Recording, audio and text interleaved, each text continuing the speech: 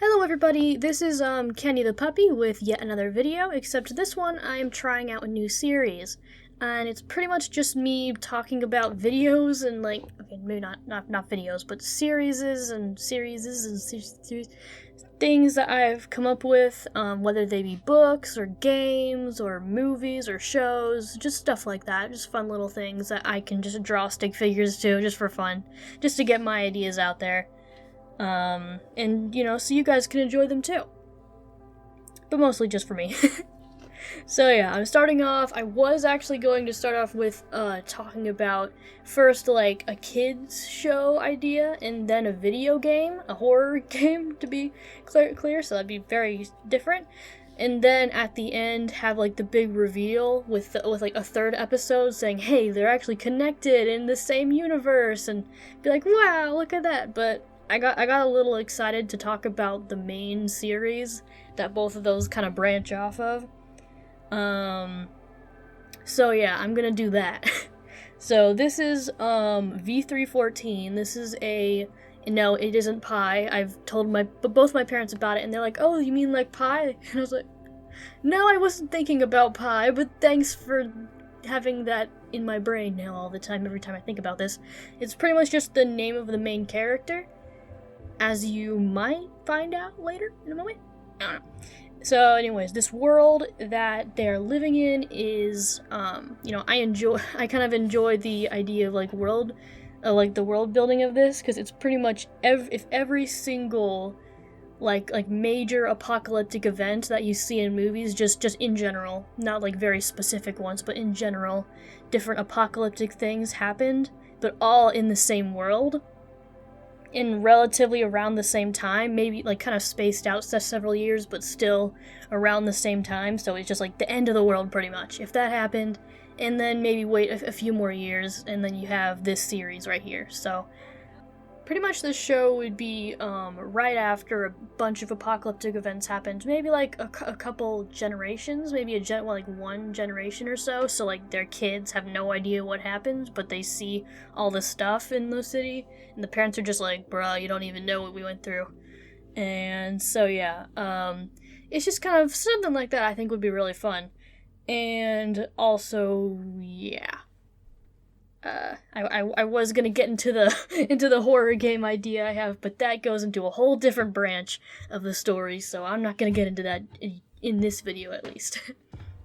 But yeah, so as far as external events go, pretty much all of the ones you can imagine, and then the people are just as hardy as this next clip thing will be.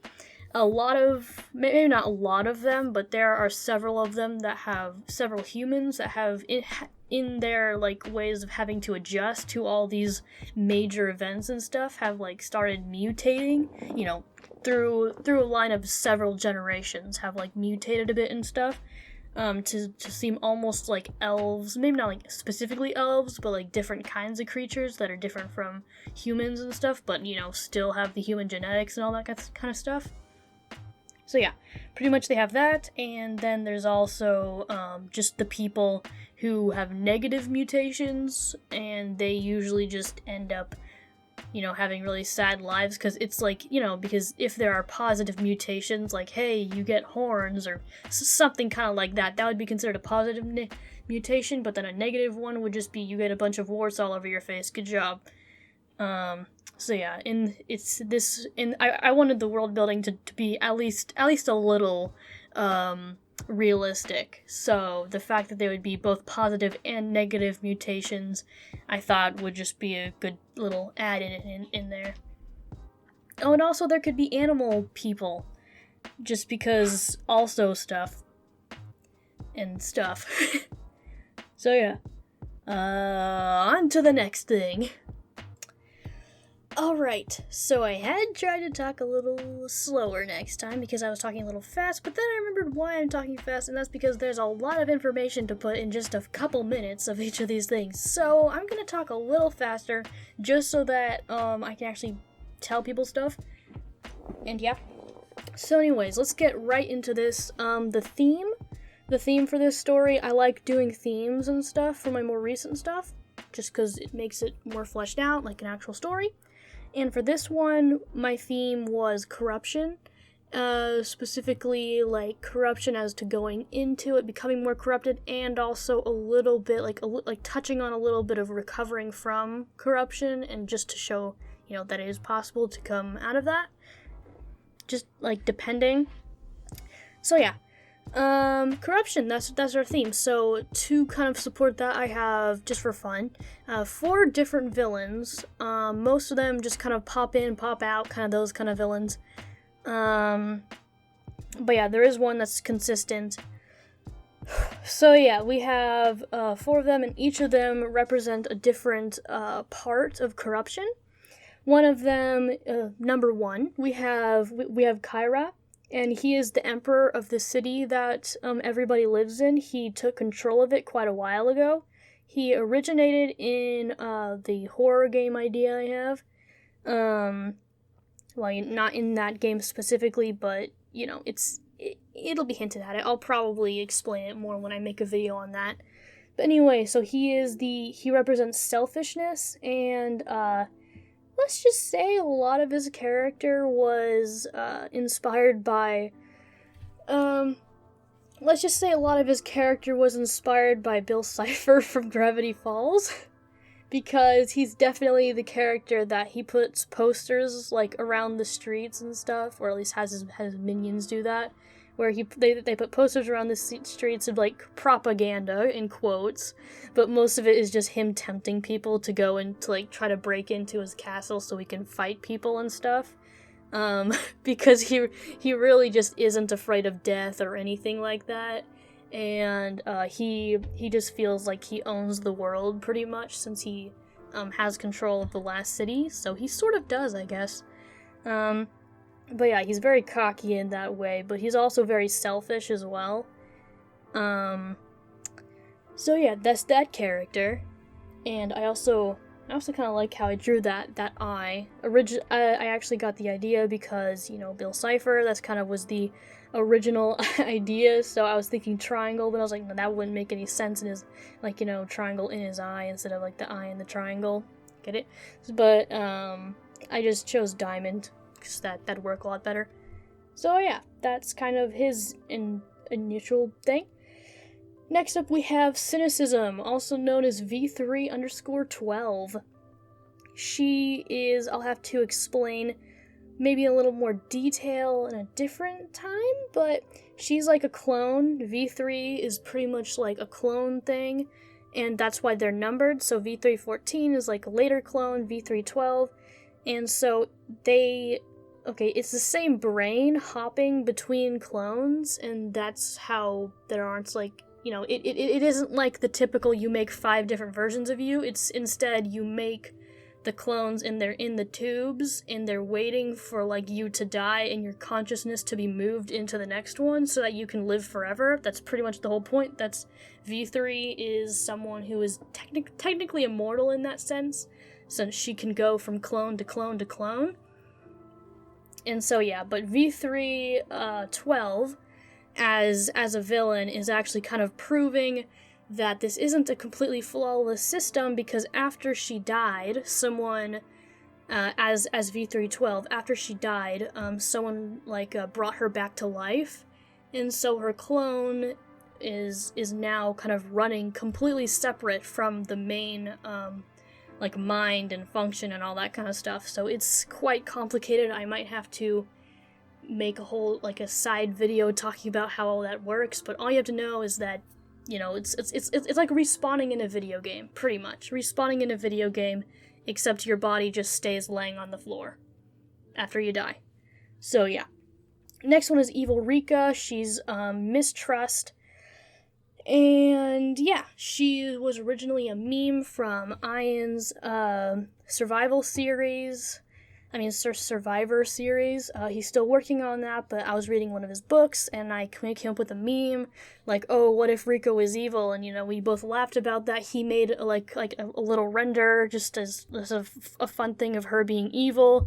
And then I was like, you know what, it would be funny if I made a video of, like, evil Rika had her creator, me, hostage or something, and that's how the whole series started, so yeah, it starts off with that same scene, Rika having V314 hostage. But I have changed, obviously, a lot since then, so they won't be having the same conversation or anything, you know. It's changed a lot, so it isn't completely a meme, but it originated from from a meme. So yeah. The fourth one, for a while, I actually didn't know what I was gonna have for the fourth one, but then I was like, wait, I already have this villain here, I should just, like, say that it's that one, so... I would have had like 5 if I decided to create a new one, but instead I just chose to reuse one that was already existing in the series, and it was going to show up later anyways, so I just decided to actually consider it as one of the 4. And he represents exploitation, which I think is great for that character because it totally fits. Exploitation, because he exploits other people, their like bodies, by taking over. He's like this alien fungus almost thing. Virus thing that is like sludge, and yeah, it's a very brutal character, which is why I went with a very scary thing. I actually got this idea from something I was gonna make by Halloween a while ago. However, I didn't even finish the test video that I made. You know, the like 360 video I made. That was a test video for the video I was going to make, which was gonna feature this dude. I was gonna have that done by Halloween, but I never got it done, and so I just kind of gave up, like, maybe I'll do it next Halloween or something like that, and then I ended up turning it into a character, so yeah. Yeah, next we have Protagonist. I need to be quick, because, oh boy, it's already 7 minutes. Okay, next, of this recording, you know. Okay, next we have the Protagonist V314 herself.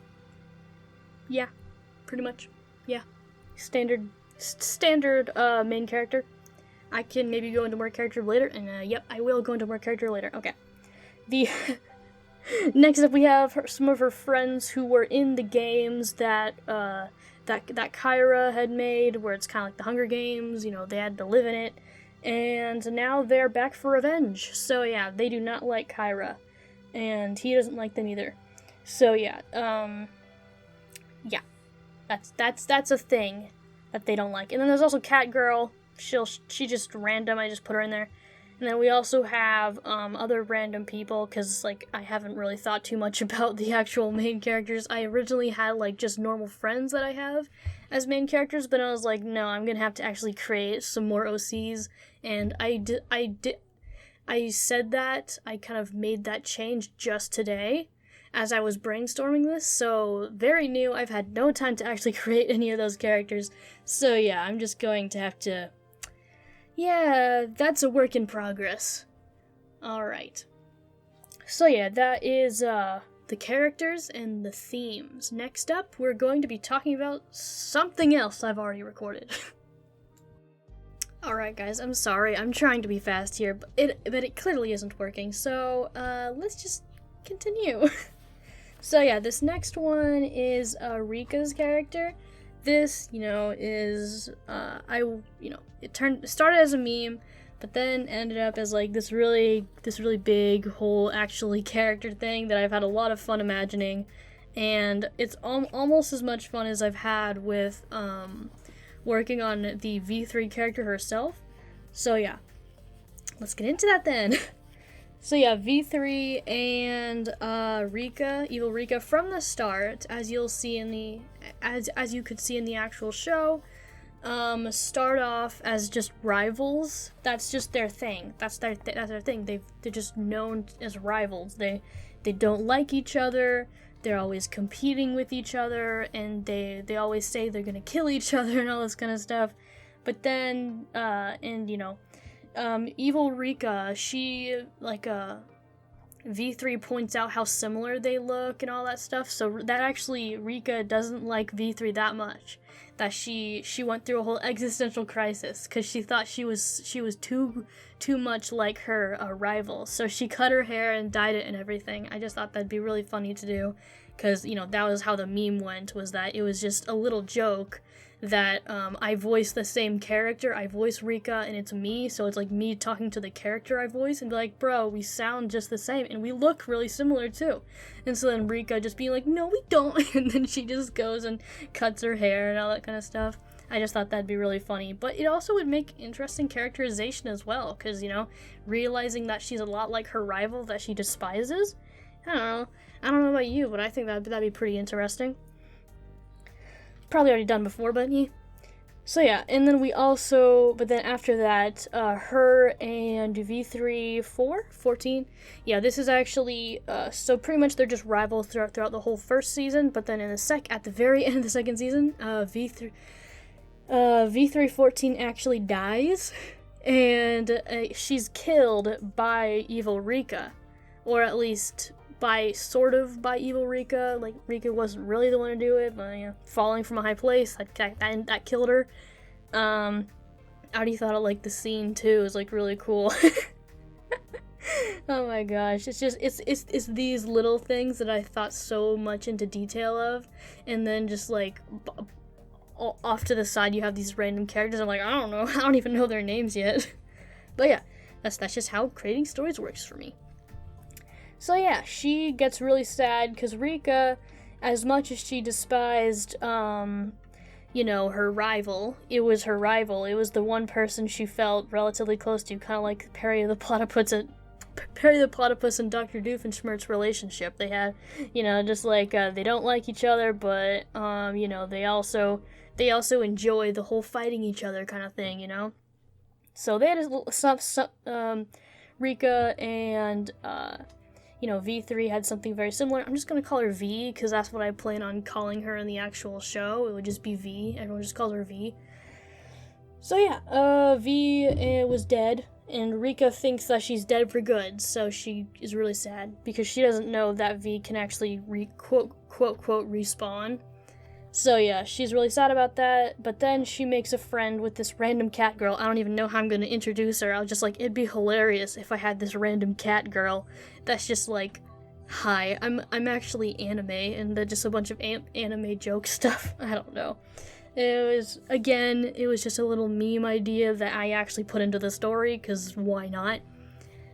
So yeah, but this cat girl ends up becoming actual friends and kind of helps Rika remember and learn actually how to make a friend and how to have a friend and all that kind of stuff. So yeah, until at the I can't remember, I think it was either the middle of season 2 or around the end. I think it was more around the end of season 2 that Rika finally sees V3 again, and she's like, oh my gosh, she's actually alive, what the heck? And so she's just really like shocked and like, what?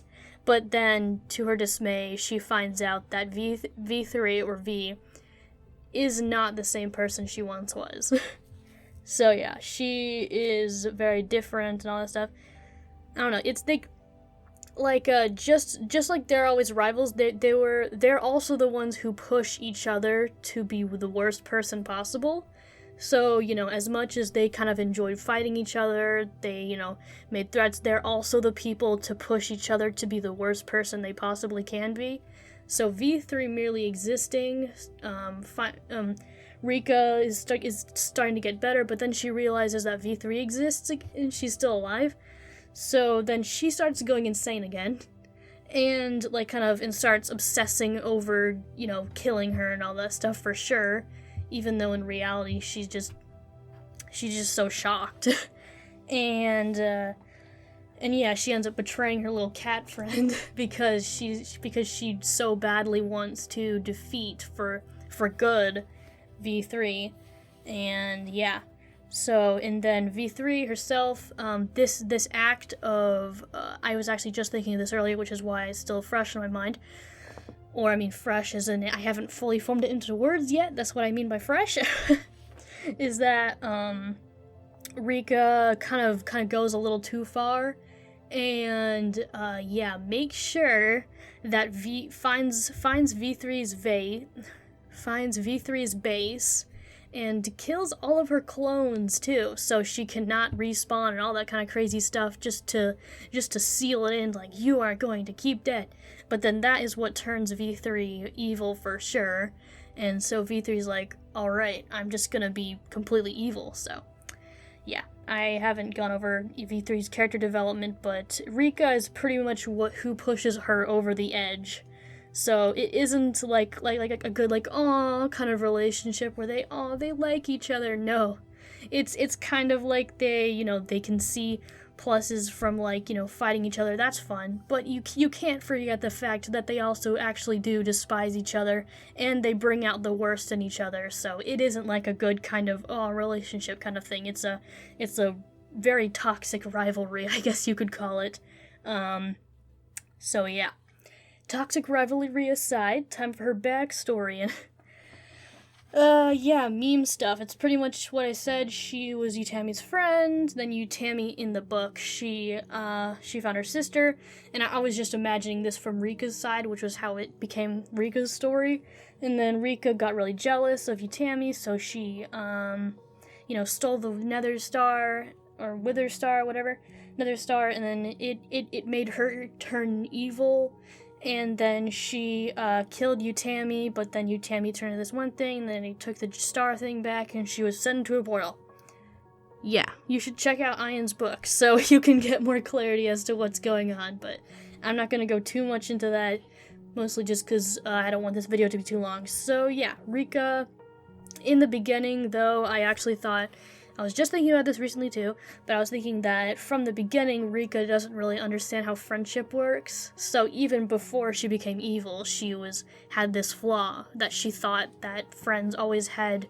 You whenever you did stuff for people, you would expect them to do things for you, but you just have. But then she learns through the cat girl that simply being nice to each other isn't supposed to be for personal gain, but it's supposed to be for simply being nice. So that'd be something she would learn somehow.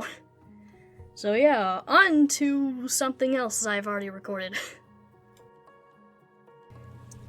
So yeah, going along with our corruption theme and all that stuff, the main character herself is corrupted. So V, or V3, or V314, or V3, whatever number, V3 up to like maybe 20, I think that might be where it ends, or V330? That doesn't really matter. So anyways, V starts off just normal. One show idea, which I was gonna do first, it'd be called My House. It's themed like a child show, there aren't any big scary things in it or anything like that, other than the fact that there's apparently a lot going on outside their house, but you just never see it, but you like occasionally hear about all this crazy stuff going on, and which is the apocalypse pretty much. So yeah, this is kind of her childhood story as someone living through the apocalypse with her best friend, and it's My House because it's called My House, the show is, because it's all of these like different families who didn't even know each other were tricked into buying the same house. And then right before this was inspired by the very well-known virus that went around our world in recent times, 2020. And so yeah, this was inspired off of that, where they bought this house, and then, oh my gosh, no one is allowed to leave their houses, so they can't go and buy their own houses. They're all stuck in the same house. So that's pretty much the whole show. It's just a bunch of families living together in this house.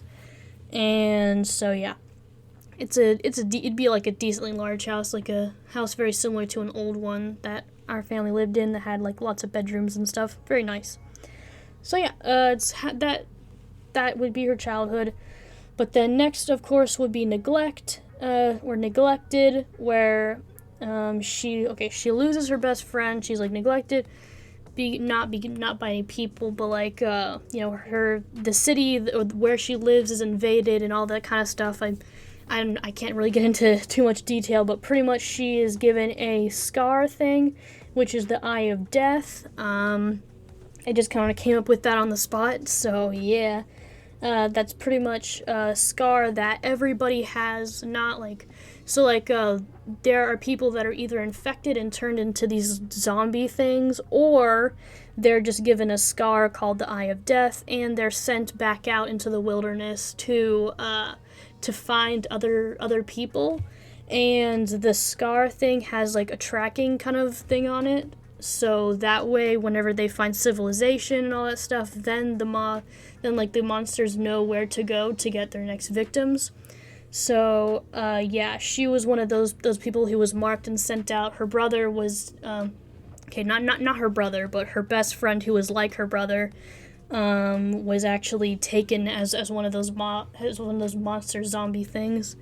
So yeah, that happened, and then she was pretty much rejected by everybody because they couldn't take her in because they knew that if they did, their place would be destroyed by the mob things. So yeah, she just was left wandering out in the wilderness for who knows how long, until eventually she was quote rescued by these scientist people. And then that's where we go into the timeline where it would be the what's it called again? Horror game. Yeah, horror game. So the horror game would be called Beauty, and she's actually one of the characters that you fight against and all that stuff. So yeah, she is in there. She is like this, she's lost her eyes and all this kind of stuff because she became an experiment. They're saying, hey, we'll protect you, we'll give you shelter, you can be safe here, but then they experiment on her and all that kind of stuff. And so yeah, and then her and the other experiments are the ones that pretty much take down the entire thing, and then they go after the main character in that game. So because they don't like the main character in that game because they're part of they're part of the problem. I'll make a whole video about the game again, but yeah, that's how it's related. Yeah, then but then when she's there as this crippled thing, that's whenever she creates the rebirth system or whatever. That's how the clone machine, pretty much her first clone machine, she puts a clone in there, or she creates her first clone of herself, and then after the horror game thing ends, in in the game, either you kill her character, or after the game she dies some other way, and then she is cloned, and then her mind goes into the clone, so she gets to live in like a normal body. So that's her plus side. And so yeah, that's the rebirth thing. That's when it was created, because out of desperation, she just wanted to live a normal life, so she created that thing. But then what slowly changed is, one thing is that the humanity meter, the humanity meter, which I create in a little bit, that thing kind of, every time you die and go into a new clone of yours, you lose 10% of your soul, which is kind of like, or like 10% of your humanity, which is how her downfall happens. She just, she abuses the machine, she abuses the system, because she's like, oh, I can live infinite lives, but then she learns that she actually loses part of her soul, and that, in her humanity as she does that. So yeah, that's how her downfall starts. And her main downfall is pretty much just the mindset of abusing it, pretty much. So yeah, the next one would be Savior. She finally defeats, or at least thinks she's defeated, or sort of defeated. She like somehow, for some reason, she left it live, but she somehow defeated Death, the character Death, not actual Death. But yeah, so she defeated Death. In some epic battle that everybody has in their history books. They just don't know exactly who it was and all this stuff. But yeah, so she defeated it with her friends and old friends and stuff. And then present time. And then the present time would be just V314, V315. And so yeah, she is now just this kind of not like, what's it called? I don't really know. It's some kind of loner character who is just venturing out, doing her own thing. So this is where it gets into the actual show itself. and where she has like the villains and all this kind of stuff, but by this point in the show, she has like only 50% of her humanity left, so she's a lot more cold-hearted than she used to be. And the fact that she's just like, oh, if I die, I'll just respawn. That's what she thinks of. But then, you know, as long as she has 50% of her humanity, she'll be fine. She won't forget who she is. She won't lose who she is. But then, V314 happens. She dies. She loses another 10% of her humanity. It starts to go into only 40% of her soul is actually left. And she starts to realize the whiplash of the things she's done, of just her simply abusing the system and not really caring too much about death. So yeah, she kind of took advantage of that, and now she's finally kind of getting the whiplash back of realizing that she has made quite the mistake, and that she needs to either just stop dying, which would mean she'd have to retire and, you know, not just stay out of the way of things and, you know, just settle down, which she does not want to do, or I don't really know. That's kind of the only thing she really could do. But she's so adamant about staying young and staying spry, you know, and staying in that.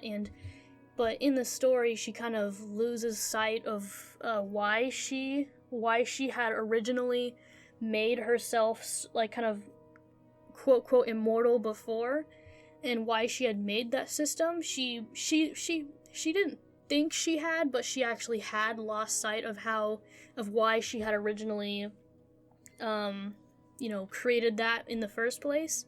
So it slowly starts to creep back into her that she realizes that she doesn't even remember why she created that thing and what her purpose is supposed to be anyways. So that kind of gets to downfall because she starts to reevaluate her goals and her passions and what she wants and all that kind of stuff, which, you know, with her only having 40% of her soul remaining isn't exactly the best, and she ends up making some really rash and terrible decisions. So yeah.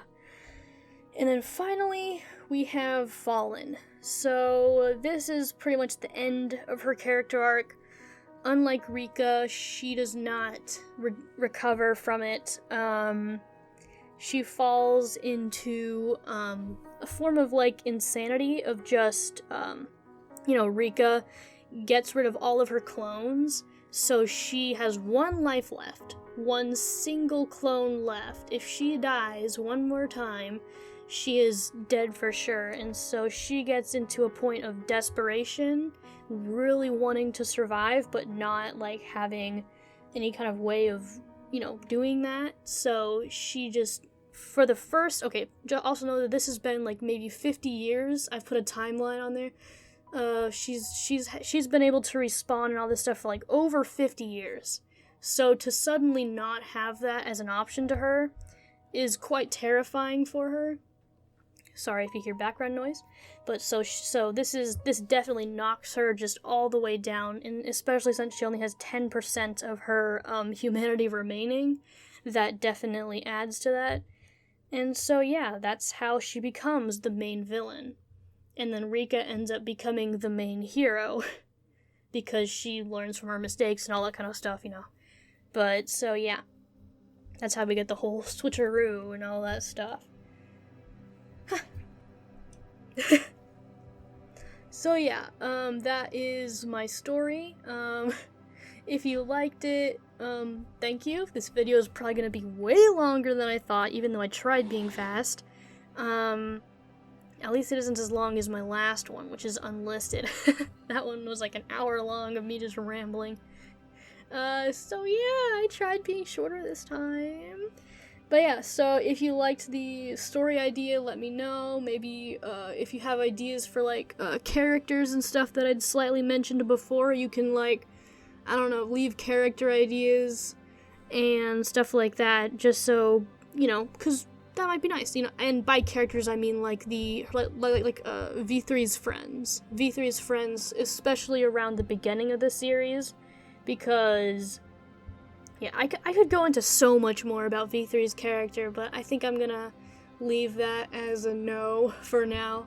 I think I'll just end it here.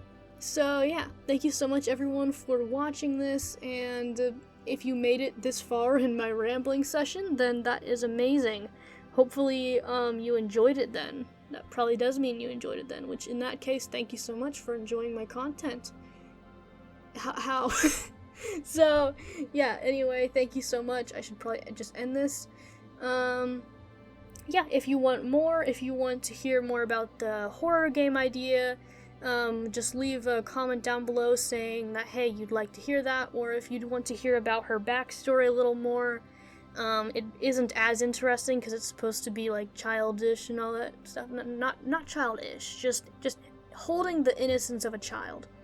You know, enjoy. Wait, I just had deja vu of this moment. Like, okay, like several years ago, I had like a dream that I was doing this exact thing, and I was like, "What is this? I don't recognize this picture that I'm looking at, or this like software that I'm using." And I'm like, "Whoa, crazy." Okay, anyway, deja vu moment aside, if you'd like to